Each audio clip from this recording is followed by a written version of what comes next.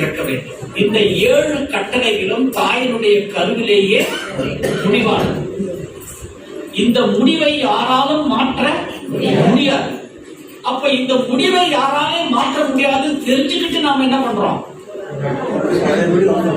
யாருக்கிட்ட கடவுள்கிட்டயே நாம வாக்குவாதம் பண்றோம், அடம் பிடிக்கிறோம். நாம் அத்தனை பேருமே அடம் பிடிக்கிறோம். ஏன்னா குழந்தையா பிறக்கிறதுக்கு முன்னாடியே கடவுள் நமக்கு கொடுத்திருக்கிற ஒரே கேள்விதான், இங்க பாரப்பா, ஜன்மா, முக்தி, ஜரா, வியாதி, துக்க, தோஷானு தர்சனகா. இந்த 4ம் உன் வாழ்க்கையில இருக்கு. இந்த 4ஐயும் ஏத்துக்கிட்டேன்னா உங்க அம்மாவுடைய வயிற்றுல நீ கருவா தொடர்வ, இல்லைன்னா இங்கே நீ க்ளோஸ். இறை உபதேசத்தை கேட்டு 4க்கு நம்ம ஒத்துக்கிட்டோம். ஜன்மான பிறப்பு, ஜரானா முதுமை, வியாதினா உங்களுக்கே தெரியும் நோய், கடைசியில் என்ன வரும்? முக்தி. அப்ப இந்த ஜன்மாவுக்கும் முக்திக்கு நடுவில் ஜரா, வியாதி, பிறப்பு, முதுமை, நோய், மரணம். இந்த 4 நமக்கு நிச்சயமாக இருக்குது.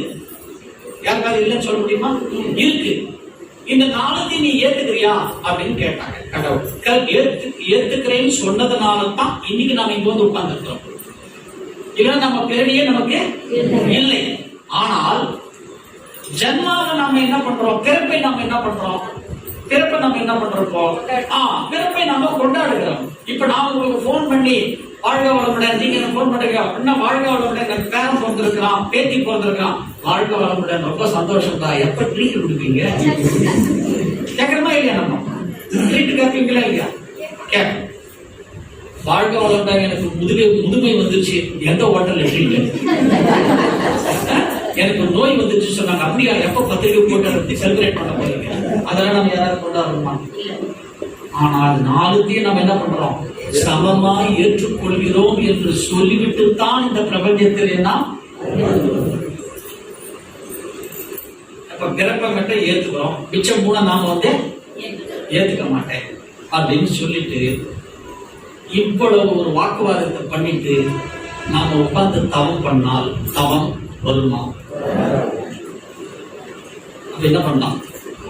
என்ன பண்ணலாம்? இப்போ ஒரு முடிவு வரணும். இருக்குப்போ என்ன பண்ணலாம்? இப்போ ஏற்றுக்கொள்ளலாம்.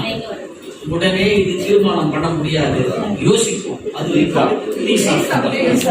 வாழ்க்கை